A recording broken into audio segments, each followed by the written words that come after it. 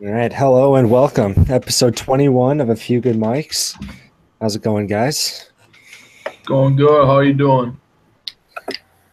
Doing great. It's officially 4 weeks until football season starts. Well, this week running with a three-man crew, me, Nate, and Guard. Mike is gone. We'll start off with the biggest news of the week. Ezekiel Elliott has been suspended by the NFL for the first 6 weeks for most notably the domestic violence accusations and then his incident at the uh, nightclub. I'm not sure where it was. I think it was Houston, something like that. And yeah, so how we're going to talk about how it will affect the Cowboys. Who wants to start us off? I'll go. I think obviously he led the NFL in rushing yards last year, so it's going to be a pretty big loss for those first two games. I mean, they have, I think, is Darren McFadden still their backup, right? I'm guessing. Yeah. Okay. So just a couple more notes. Yeah, Elliott, 6 games, but they have a bye week 5, so we won't be eligible to return until week 8. And Ooh. yeah, their other backups are currently Darren McFadden, Alfred Morris, and Ronnie Hillman. All right, back to you, Nate.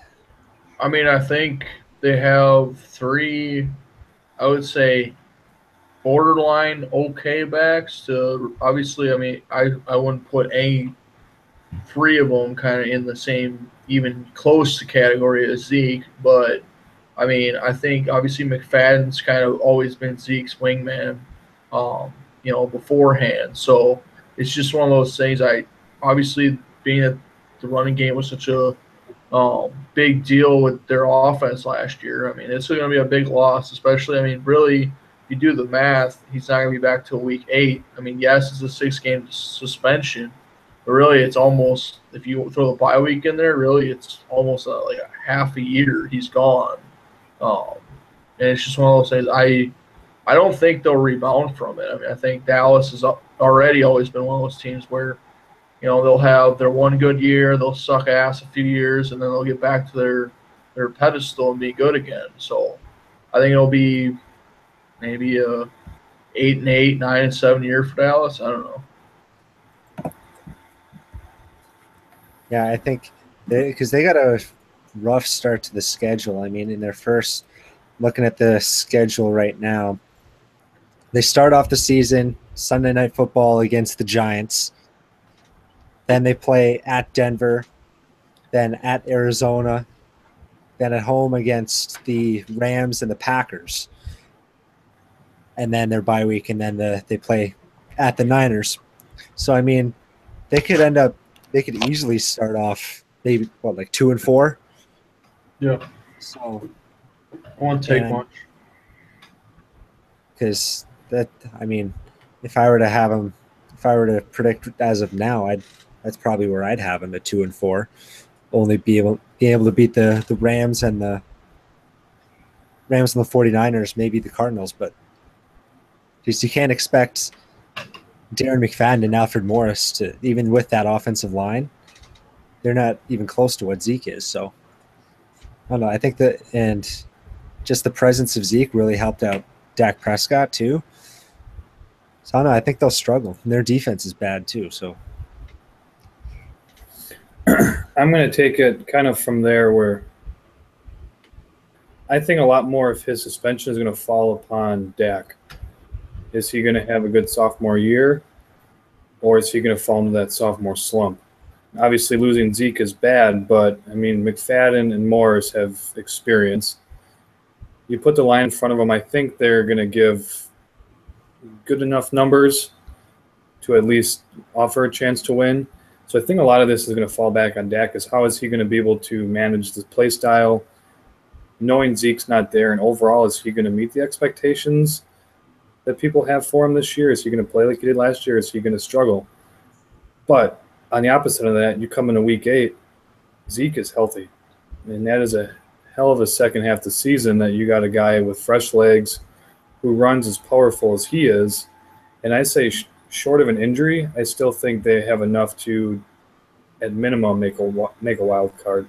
So obviously, yeah, the suspension's not a good thing, but I still wouldn't count them out as a playoff contender. No, I agree there. I'm working on sort of predictions right now for like standings and stuff, and right now I have them at 9-7, but still they still have I mean, they have a tough schedule overall. Like their division is tough again this year, especially with the Eagles coming on, and we still got to face teams like the Chiefs, the Raiders, Seattle. So the return of Zeke won't solve everything, but yeah, it's like you said, it's gonna. Dak really has to prove that he's what he's being hyped up to be as the next great Cowboys quarterback. Yeah, overall, I think actually the suspension puts a lot more pressure on him. Can he actually, is he as good as what his numbers made him look last year? Or was the presence of Elliott really what helped him cushion his stats? So sadly, the suspension is affecting him more than I think it should, but it's how it is when you have a young player like that. Yeah, and another thing, like missing Elliott, like how much of their success last year, because they didn't have a great defense last year, and just being able to pound Ezekiel Elliott, taking the time, like winning the time of possession. If they don't put up anything like close to that, then their defense is going to be taking them out of games. And yeah, Dak will have to try to come back from behind a lot. Like we saw how the Packers were able to at least somewhat do well against Elliott. I mean, for the start of the game at least, we saw how that worked out. They went up like 3 scores early.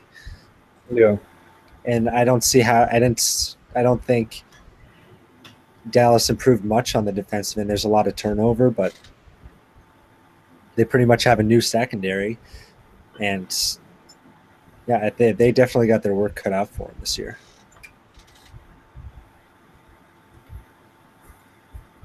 it'll be interesting to see. That division is so unpredictable. I mean, you never know what you're going to get out in New York. The Eagles, Redskins really are hit or miss. They could have a great week and they can follow it up with just terrible play. The Eagles have potential, but I think their Achilles heel could be they got a lot of young guys there. So that whole division, it's really I know I don't like it. I don't think it's easy to predict, but that's how the East has always kind of been. You never really knew going in who was going to come on top. Yeah, like nobody expected last year for the Cowboys to just come out of the gates and then win the division. But yeah, and, any more thoughts from you, Nate? What do you think? I mean, Garb hit it on the head with that division. I mean, it's like a game. It's like a gambling game as far as like you said, Washington could show up any week. Eagles are a young team still. They're kind of on the up. New York, I mean, it's really depends on how they want to play that day, and it's just a matter of trying to figure out, okay, because honestly, I mean, you take any team in that division, that's probably the most, all right, like any team could get to the playoffs in that division. That's just how bizarre that division is. It's not like, obviously in the NFC North, we know the Bears aren't going anywhere, the Lions probably aren't going anywhere. It's just one of those things that NFC East has always kind of been like, all right, because most of the teams, I mean, they used to be, a lot of them were crap, and then it's like, oh, geez, we got a team that's 8-8, and they're going to the playoffs. What the hell is that? Like, but I mean, now the East has kind of gotten a lot better, so now it's like, okay, whoever's playing good that week's gonna, it's just gonna be enough to get them to the playoffs. So it'll be interesting to see how it plays out. So I'll ask you guys this, and then we'll move on. If you were going to guess right now, just like off the top of your head, where do you see the Cowboys with this suspension? And and then I'll ask, do you see any way that this suspension gets reduced from 6 games? I don't see the suspension getting reduced just because this has been a kind of a big topic. Well, not like a huge topic, but I think it's going to make Goodell in the front office in the league look, I won't say weak, but it's not going to look good for them if they go back on their suspension. So I don't see it going down, especially on a young guy who knows the rules. I guess everyone knows the rules. I don't really know how to word it. I just don't see them dropping the suspension. I think it's going to be a bad PR thing. And that front office has taken so many hits over the past few years that it's just not worth it to entertain it. But, I mean, there may be other stuff to the story that I don't know that may be presented, but I don't see it getting reduced. So, yeah, I'm on the other side of the fence. I do see it getting reduced, and, I mean, there's a couple reasons why. You know, Jerry Jones, we know he's going to have his input of, oh, he's a young guy, you know, he'll learn, he'll get better. But, I mean, we got to understand this is not the first time that Zeke's been in trouble for some borderline thing. I think there was last year when they were in Seattle, he thought it was okay to go get some marijuana before the game or after the game. I can't remember. And then there was another time over summer he was, you know, just being belligerent.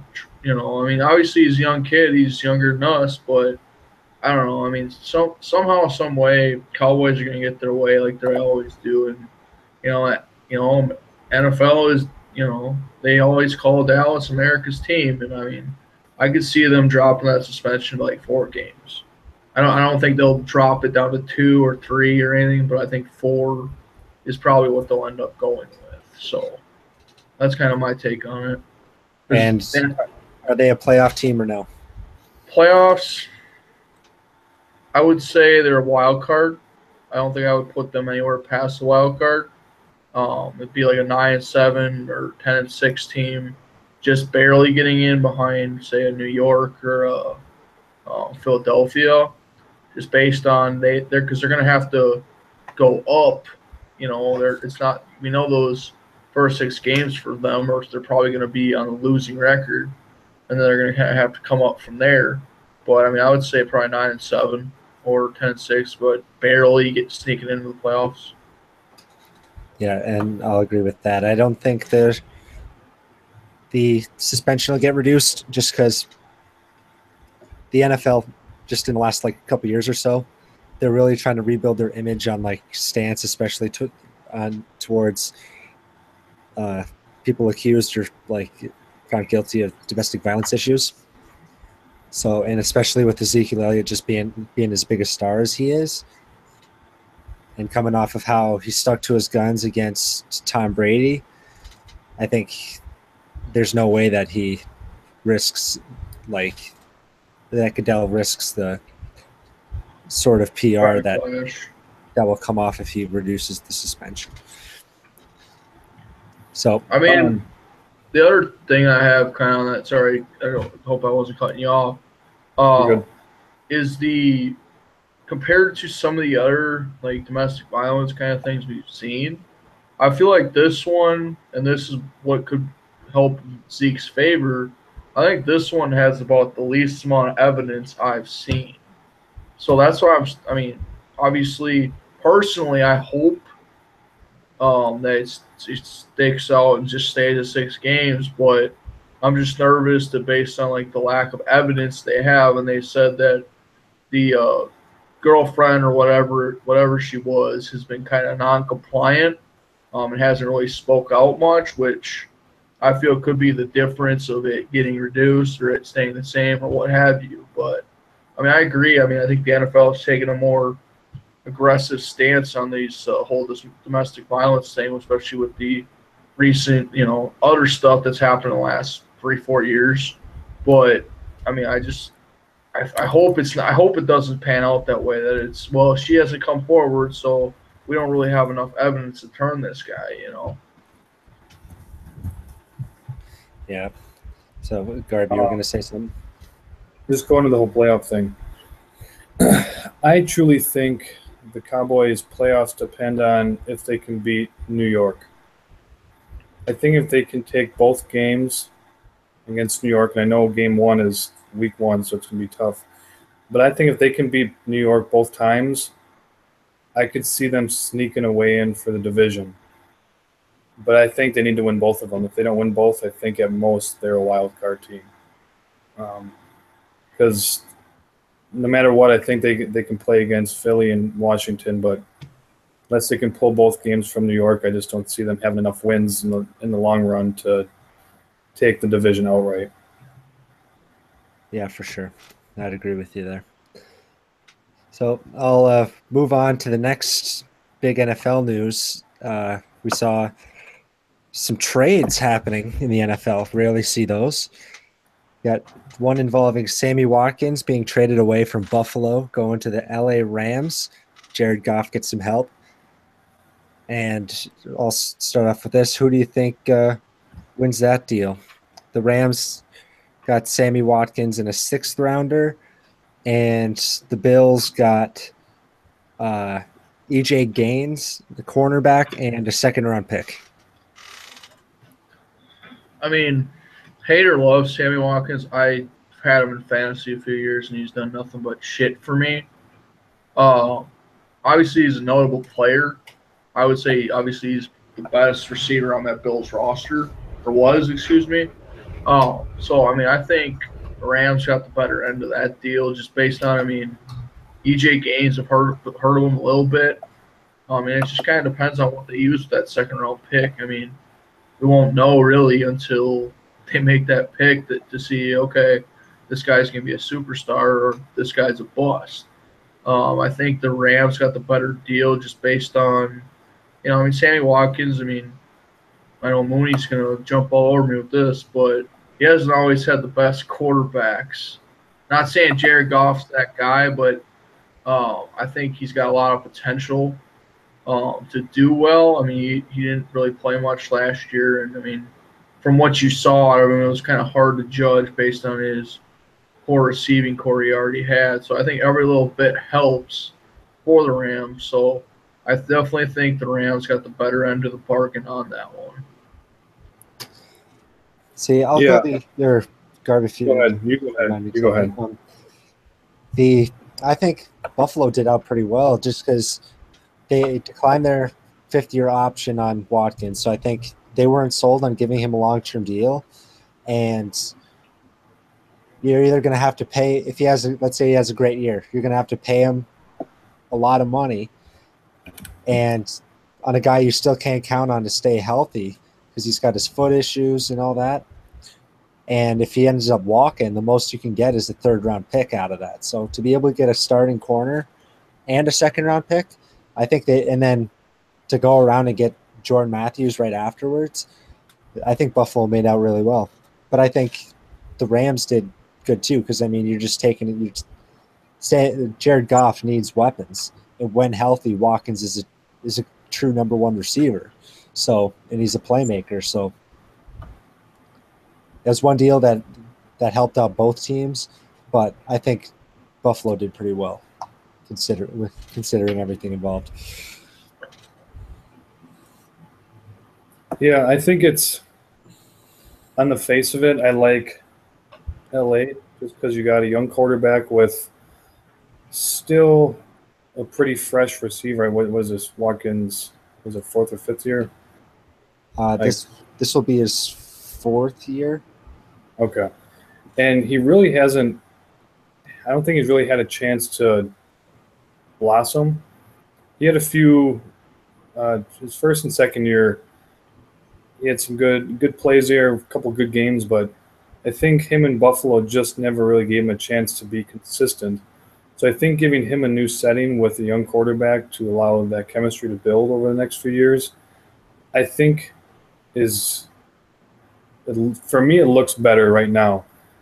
But like you're saying, getting a starting cornerback and then even if it doesn't work out, that's a pretty high draft pick that you can use to continue to develop. So I think in the long run, I think Buffalo's got the better deal, but on paper, I like what Ellie got out of it. Yeah, and we'll sort of transition that into what the Bills ended up getting, going around and trading their other starting corner, Ronald Darby, for uh, Jordan Matthews. So now they've got Jordan Matthews and their rookie receiver, Zay Jones from East Carolina, drafted in the second round this year. So it's not like now that they're completely without like offensive weapons for Tyrod Taylor. So yeah, I don't know what more I can say about what Buffalo did, but you think I'll ask you guys this: if with the Rams getting Watkins, you think Goff takes the next step and shows that he can be a capable starter? Because he didn't play well at all, at least his rookie year. And I think that has something to do with his lack of weapons. I mean, we don't consider Tavon Austin like the guy, to be, Sure. and he's proven time in, time out, he's not their primary target when they took him pretty high. And he's not really producing. So, I mean, it's really one of those things to get at least another guy. Okay, I mean, you still got Tavon Austin. He's had good games. He's kind of like a Sammy Watkins, actually, as far as like what you production wise, what you get out of him. He'll have some good games, but he'll also have games where it's like, okay, what the hell are you doing out there? Oh, but I mean, I think to get another, I mean, anything's going to help Jared Goff. I mean, like him or not. I mean, I think the guy hasn't seen a lot of the field. First off, I mean, when he's played, yeah, he's been horrible. But I mean, he doesn't have anyone to throw to, and I mean, I don't know. It's just one of those things. I think just giving him another weapon. It doesn't need to be a Jordy Nelson. It doesn't need to be like a top tier guy, but just to give him another option that if Tavon Austin's struggling, at least you got Watkins to throw to, or vice versa. So. I think it'll work out for the Rams. Hopefully, I mean they still got Todd Gurley, who's I think a top 5 running back in the NFL. So, I mean, we'll just kind of have to see how it plays out. Well, I agree with what you're saying. The only thing I wanted to ask was, when did Goff first actually start playing last year? Because he wasn't the starter right away. No, it was Case Keenum was starter. Yeah. So I don't really think. I'll go ahead and take a look. Yeah, it was Keenum. Yeah, it was Case Keenum. I'm just the thing I'm kind of going off of that is I don't think Goff really had a good chance to either prove himself or discredit him being the first overall pick. So I think I think for me at least, it's kind of like he's going into his rookie season. Yeah, he got some experience last year, but I don't think he really had a lot of opportunity to really either prove or disprove himself, because he kind of got put in a position where they really weren't having success. So it'll be interesting to see how he does here. I don't expect much out of him this year, to be honest. But I definitely think that he'll do better than what he did towards the end of last year, that he actually has a chance to take the team over as his own. Yeah, and I'd say he's under a lot of pressure though, just because I mean you got the new coaching staff coming in, right? They got the OC from Washington, young guy, supposed to be the next hotshot head coach, right? So he comes in, he didn't draft Jared Goff. We don't know if he likes him or not. And they go out, they signed Robert Woods away from Buffalo of all places in free agency. Then they trade for Sammy Watkins, and they still have, like Nate said, they still got Todd Gurley. So he's got the weapons around him now. Yeah. So there's really no excuse for him not to be able to put up numbers. I mean, yeah, he's still going in. Like you said, it's technically, I guess, his rookie year because he only played a handful of games last year when they were out of it already. But I don't know, if it doesn't go well this year, I could see them and then they end up having a top 5 pick again. They could end up just It's like, all right, we're starting fresh, new head coach, just getting their own guys. So they'll have to make it work. Any more thoughts on that, Nate? I mean, as far as, and really when you look at it, you have Gurley. You used to have Trey Mason. I don't know what the hell happened to him. He's kind of fallen off the deep end of the earth. But he was always kind of a receiving threat. I remember at Auburn, and also his first part of his time in when they were St. Louis. But it's just one of those things. It's just I agree with Garb. It's like I don't think it'll be this year that they're going to see what they want on Goff. I think it's going to take 2 or 3 years. It's not like in Philly where they threw Wentz in there, and Wentz has been I would say quality quarterback, compared to Goff, who was drafted above him. They're both similar kind of. Philly's better than, but Philly really didn't have another option at quarterback. Whereas Case Keenum obviously isn't good at all, but it's just one of those things they wanted to see what they had out of him, and once they saw that they had pretty much nothing out of him, but probably a second string or third string backup in the NFL, then they went to Goff, and I think that was kind of at the end of the season when they were kind of off the deep end anyway. So I agree. If they have another bad year, they're gonna look at Goff and they're like, okay, this is your last year, and if you're not gonna take the ball by the horns, and we're doing what we can to help you, and you're still not producing. I could see them yanking the plug on them. So that's what I got. All right. With that, we'll move on to our first of what I'll call the official Fukin Mike's predictions, NFL season preview / predictions, I guess. A lot of people are probably going to be starting their fantasy football drafts, like me and Nate, just drafted tonight. We'll start off this one. Want you guys to go by quarterback, running back, and receiver, and list off just a couple of guys you think are some sleepers that we might want to watch out for, and then we'll go to busts afterwards. So who wants to start with their sleepers? I'll start with running backs, if that's okay.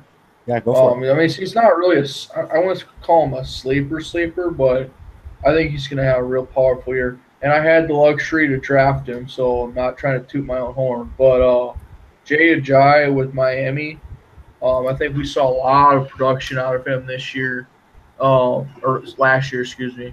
I think watching that guy play, he's got a lot of power in his step, and I think he cuts the field well.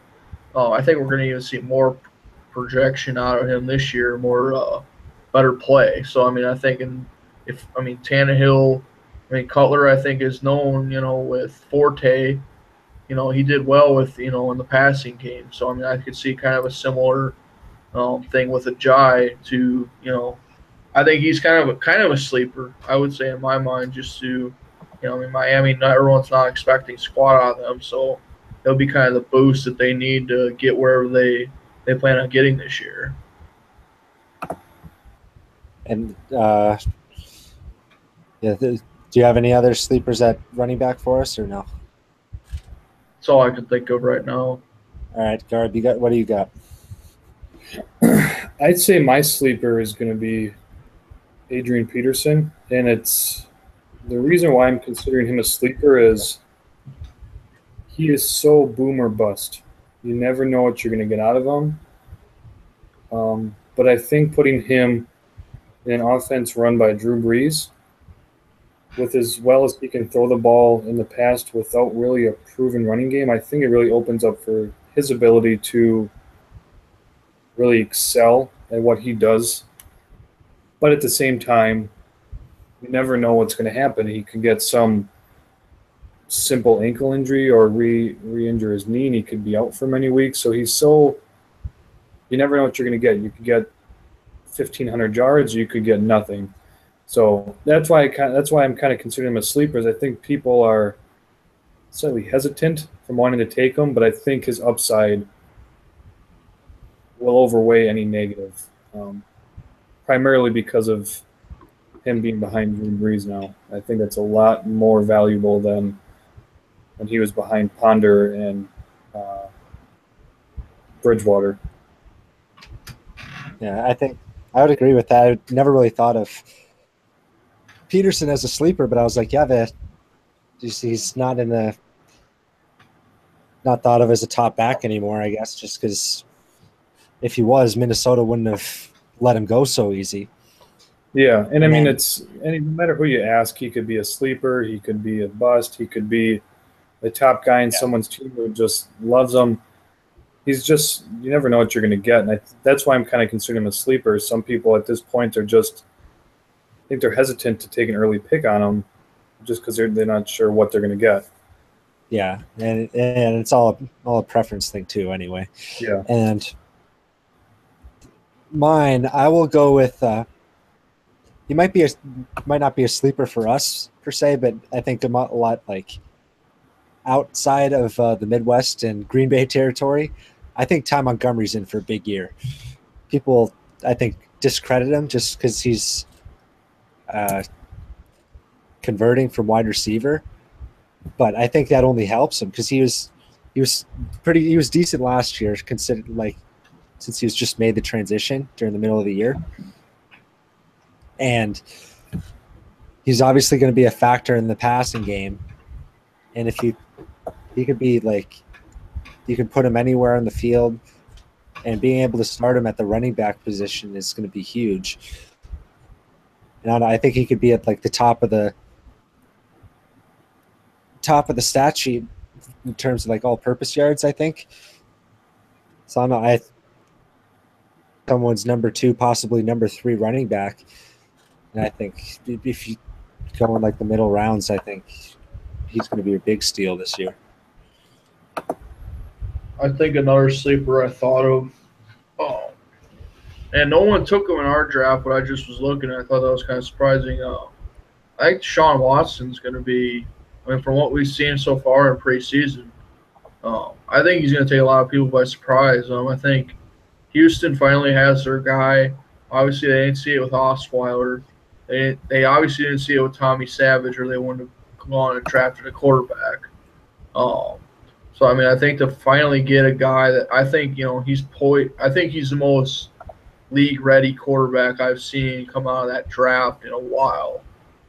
It's just one of those things, just the way he I mean, watching some of his highlights in his preseason game, I mean, the guy's got all the fundamentals. If you want to run, fine. If you want to throw, great. If you want to throw deep, he can do it.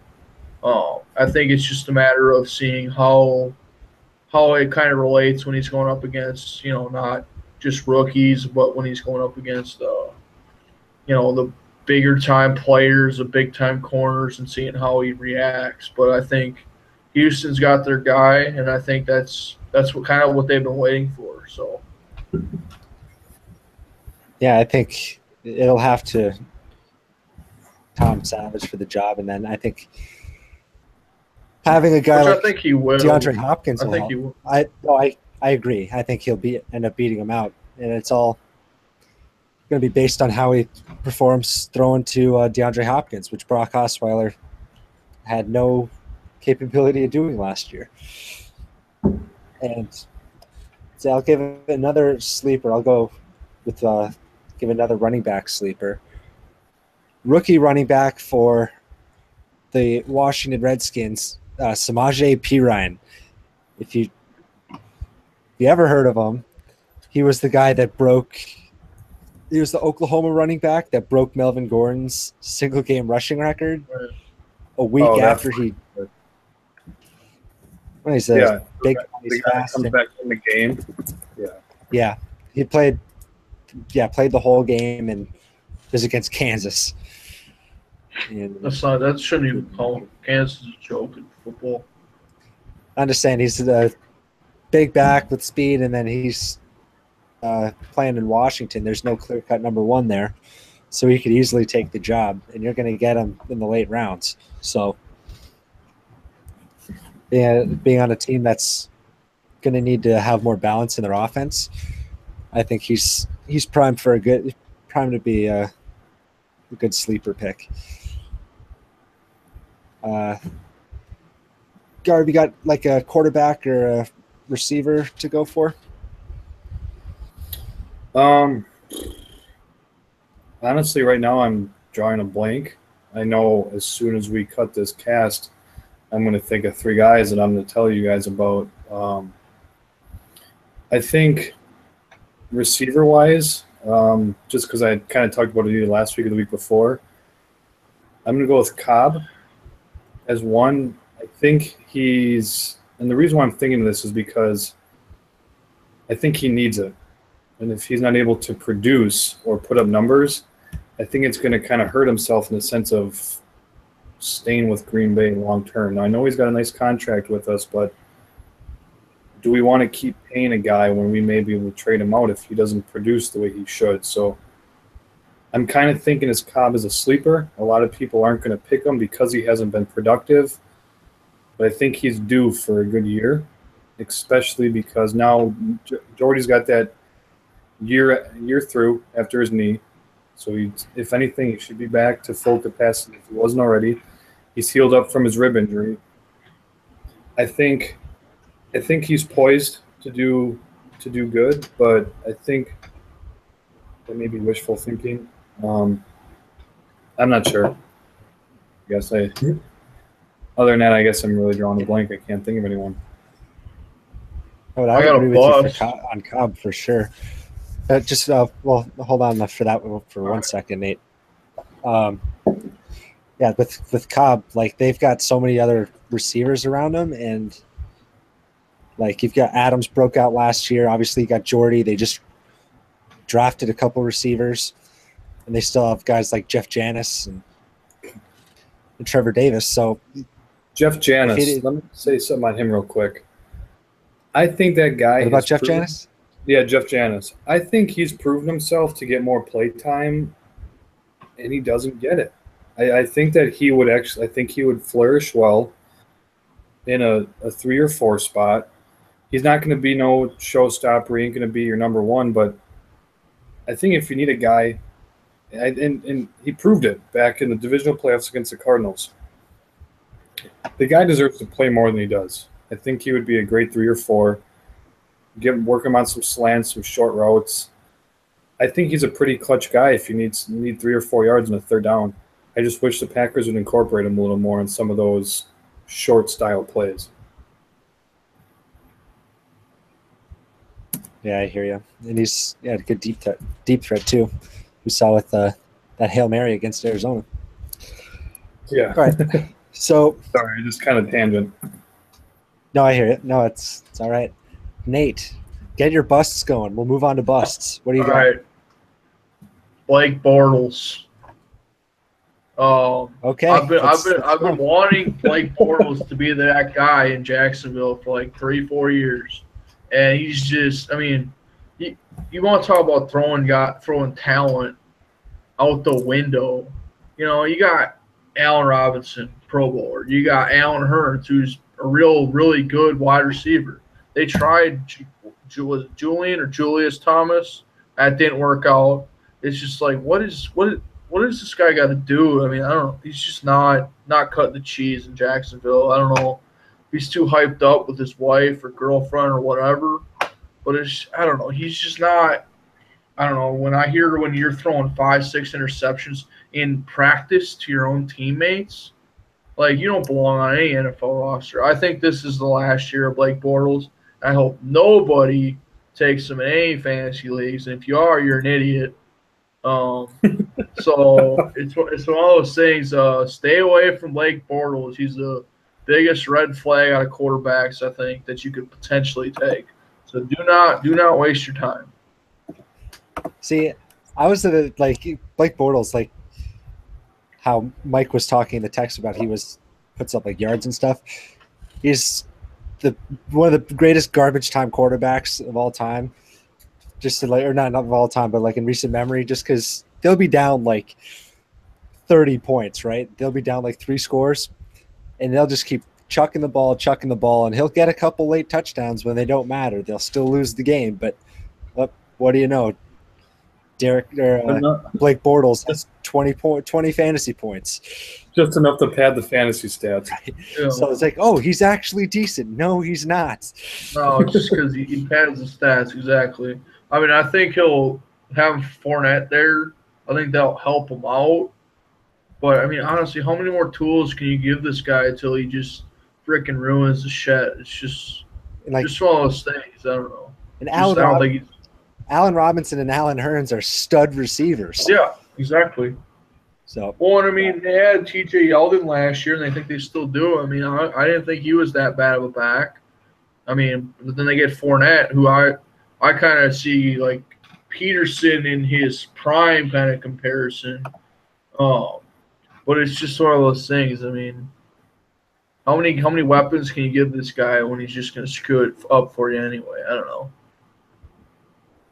I've been waiting for Jacksonville to just take it to, New England or Miami or someone, but they just don't.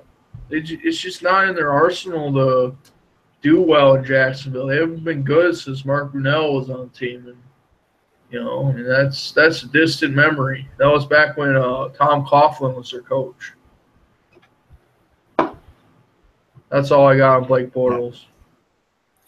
I want to quick go back, not really a sleeper type thing, but I think a quarterback who is going to be irrelevant, but I think has a little potential for his team. I really like what Kaiser's doing over there in Cleveland. Yes, I'm on the Kaiser bandwagon. I'm not saying he's going to do good. I'm not saying the Browns are going to do well, but I'm liking what he's doing thus far.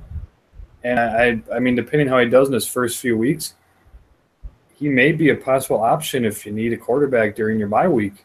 He may give you just enough to get you through. And, I mean, that's a lot for someone in Cleveland. Yeah, and, like, no one's going to draft him just because he's a Cleveland quarterback. Exactly. But I'm not sure how much I talked to you guys about this, but I liked Kaiser before the draft. I thought he could have went late first round for a guy looking for a team looking for a QB of the future. And I think now that he's sort of showing what he can do in training camp, I mean, it's not obviously not hard to beat out Brock Osweiler and Cody Kessler, but still, he's got an arm. He's built like Big Ben. He's got that size. So, yeah, I'm excited for him. The only thing I don't like is I'm a true believer that careers go to die in Cleveland. I just hope that Cleveland doesn't ruin him before he has a chance to really allow him to either make or break himself as a professional athlete. But I think I talked about this on a previous podcast. I'm not sure when, probably a couple months ago. But I'm of the belief that they're just sort of starting to turn it around. Like, at least they did what they should have done a while ago, is just completely start from scratch. And that's what Hugh Jackson and them in the new front office, the sort of more analytics-based approach, something that they're really trying something new. And I think it'll take a few years, but they're definitely on the right track. And I think Kaiser will be a big part of that. But yeah.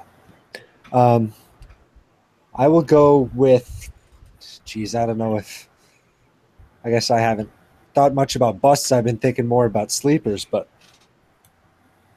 I think one guy you might have to stay away from is Phillip Rivers. And I like Phillip Rivers, but this offseason, like, Keenan Allen, you can't trust him to stay healthy. Their first round pick, Mike Williams, he got hurt. They've got a couple they don't have a great offensive line, which they haven't worked on in a few years. So I don't know. I think he might get overdrafted because he's Phillip Rivers. But I think guys that you can get later, like even a Carson Wentz, or you guys have been giving me shit for it, but a guy like Tyrod Taylor would go a couple rounds later than that and give you better production. So I'd rather have Rivers. I would be cautious on Phillip Rivers this year. I've never been much of a Rivers guy for fantasy, but I can see why people like him.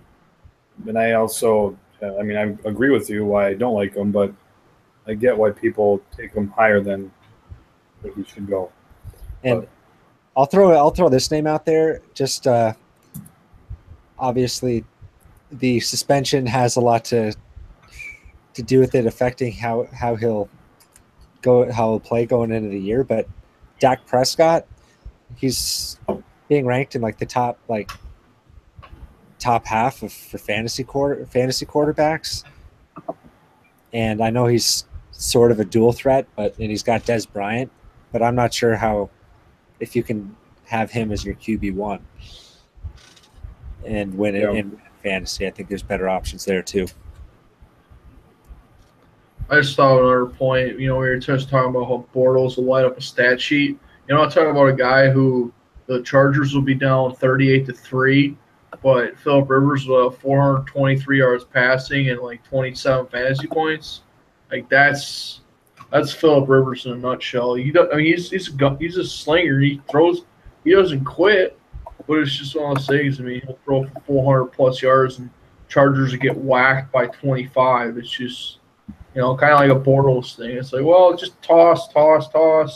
Now they got Gordon, so hopefully that can get him to toss less and just have some decent threats at least. Sure.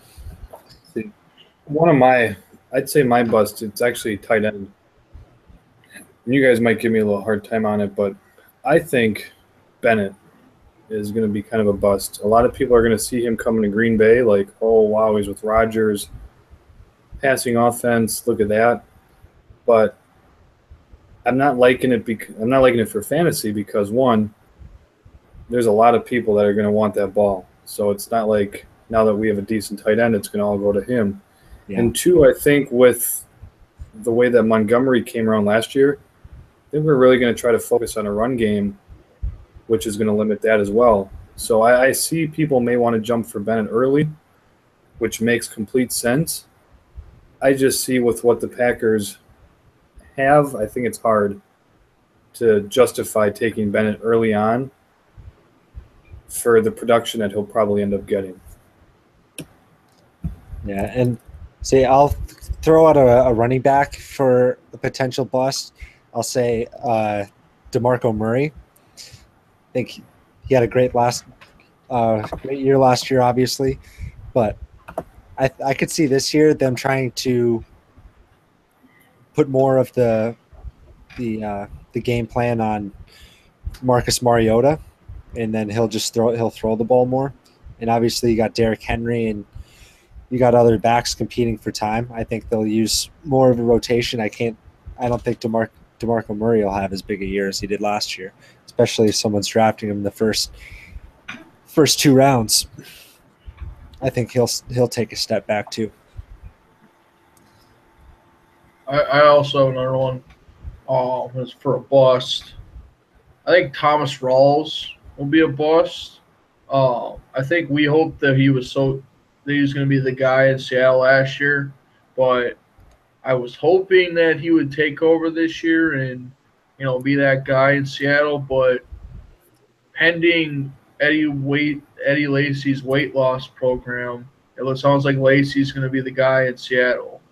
So I mean, I've been hoping for Rawls to be the guy in Seattle even last year because I had him in fantasy, and then he got hurt, and he came back, and then I didn't start him because he was coming off an injury, and he got like 30 points. But it's just one of those things I feel like he used to be kind of here, and now he's kind of like dipping. And I mean, Seattle's not foolish. If he's not going to cut it, they're going to get someone else. I mean, I think they already have someone else that's a pretty decent threat. So, I mean, it's one of those things. I think he'll be a bust this year. You're not going to see what you want out of him. I don't know. He's never really been a stud, but I don't think he'll really ever get there anymore. Last year would have been his year. Yeah, I agree with you there. All right, so I thought of another boom, but it's kind of dependent upon how the team does. I think Deshaun Jackson now being on a new team with Winston, I think he's got a lot of upside. I think it's going to kind of help him jump back from the few years he had in Washington. I just think it's going to be a good combo down there. It kind of depends what Jameis should get for the week, because you never know what to expect out of him. But I think Deshaun Jackson could kind of light up some teams if you play him right. Yeah, I think Deshaun Jackson's going to he's going to be a big help to Tampa, and I'll get to that in the effect he'll have, I guess, in a later podcast when we continue the season preview and give our predictions. But yeah, I think Tampa Bay is going to love having Deshaun Jackson there. So unless we got any more sleepers or busts y'all want to talk about? I guess the potential bust, kind of going off what you were saying, I think Dez Bryant could be a bust only because the pressure's on Dak. I'm not saying that Dez is going to have a bad year. I'm just thinking that his numbers may drop just because you're losing Elliott. Puts a lot more pressure on a second-year quarterback. I could see Dez getting fired up on the sideline in a good way to keep the team going, but I could see his numbers going down just because I don't really think Dak is going to do the best at stepping into the shoes. I think that's going to be needed for him to really succeed. Yeah, it'll all depend on Dak this year. And so with that, we will move on to our Feel Good Minutes segment. Whatever you guys have seen since our last podcast that you guys want to expand on, something you want to talk about, now's the time to do it. Who wants to go first? Go ahead, Nate. All right. Well, today I watched the tail end of the PGA Championship. Saw someone from Louisville get the win, his first major. It's always good to see. I just kind of like what those young guys on PGA Tour got going. It used to be all these guys, were competitors.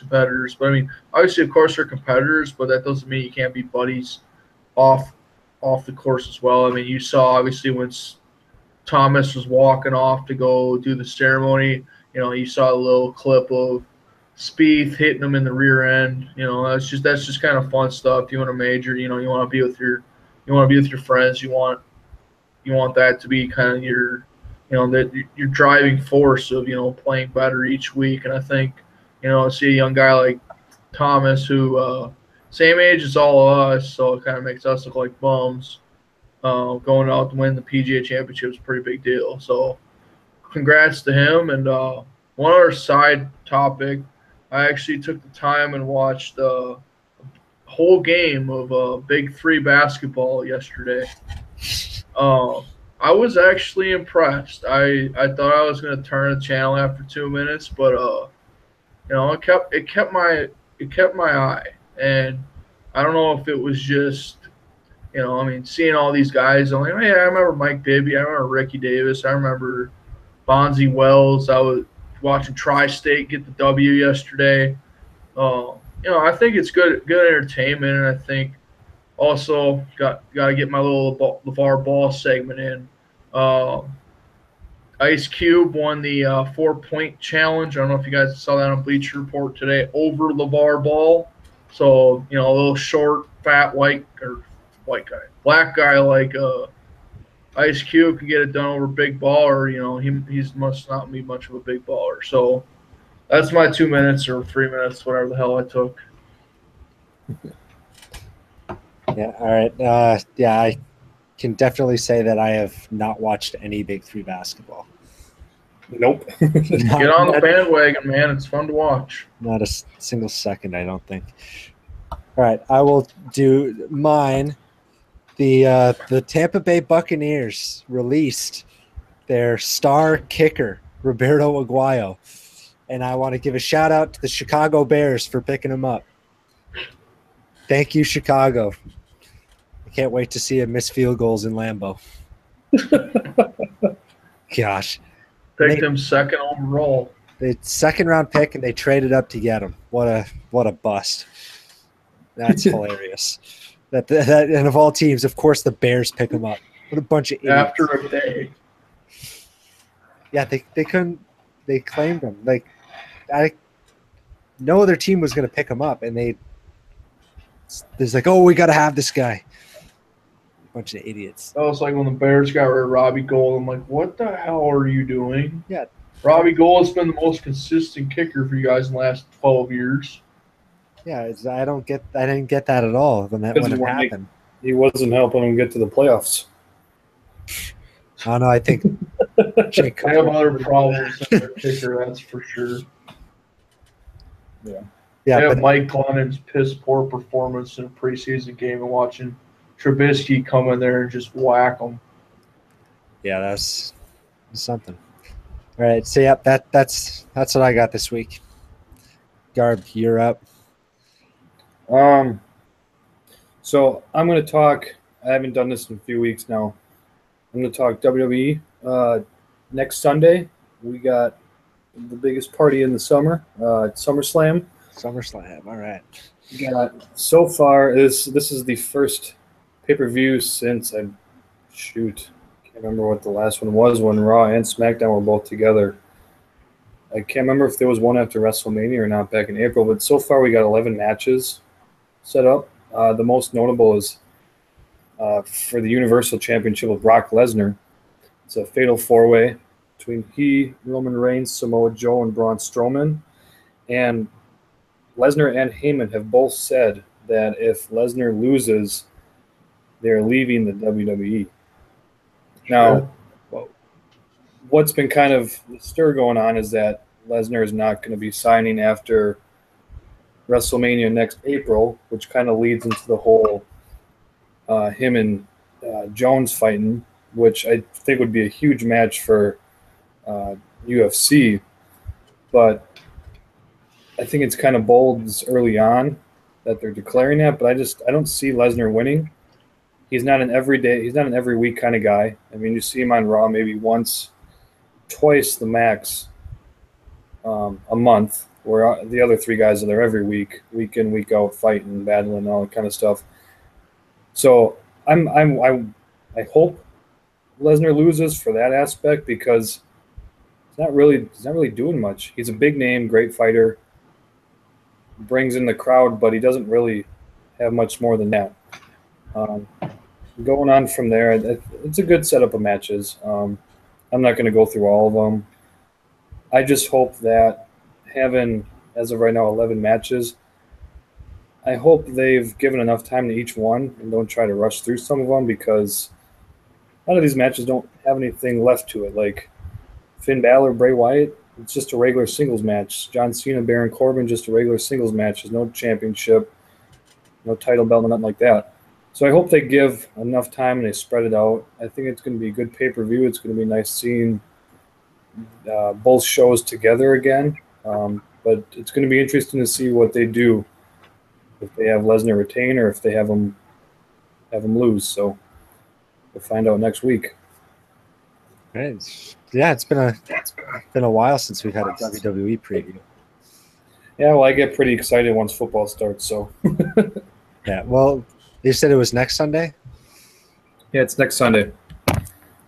All right, so yeah, we might not have you next week then. Well, it all depends when we start up. Typically, the pay-per-views end somewhere between 10 and 10:20. But if I have to, I can always